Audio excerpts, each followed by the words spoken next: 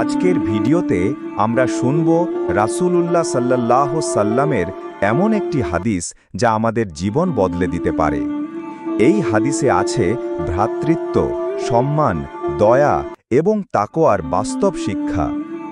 আবু হুরায়রা রাদিয়াল্লাহু আনহু বর্ণনা করেছেন, রাসূলুল্লাহ সাল্লাল্লাহু সাল্লাম বলেছেন, তোমরা একে অপরকে হিংসা করো না, একে অপরকে প্রতারণা করো না, একে অপরকে ঘৃণা করো না, একে অপরের সাথে সম্পর্ক ছিন্ন করো না, বরং তোমরা সবাই আল্লাহর বান্দা হয়ে ভাই ভাই হয়ে যাও। একজন মুসলমান আরেক মুসলমানের ভাই, সে তার ভাইয়ের ওপর জুলুম করে না, তাকে লাঞ্ছিত করে না, অপমান করে না। তাকওয়া এখানে। রাসূলুল্লাহ ৩ বার তার বুকের দিকে ইশারা করেন। একজন মানুষের জন্য এতটুকুই পাপ যথেষ্ট যে সে তার মুসলিম ভাইকে হেয় করে। প্রতিটি মুসলমানের রক্ত, সম্পদ এবং সম্মান অন্য মুসলমানের ওপর হারাম।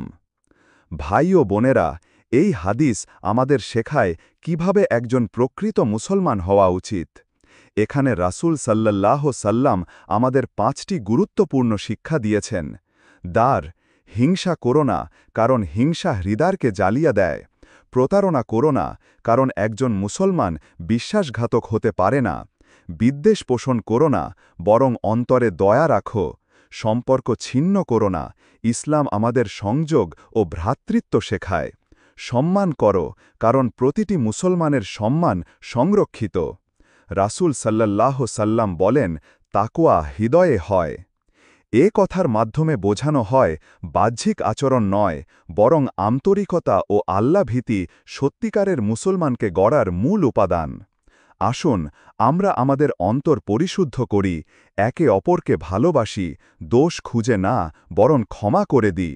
ইসলাম শুধু নামের নয়, ইসলাম হচ্ছে শান্তির জীবন, ভালোবাসা, ক্ষমা ও সহানুভূতির জীবন।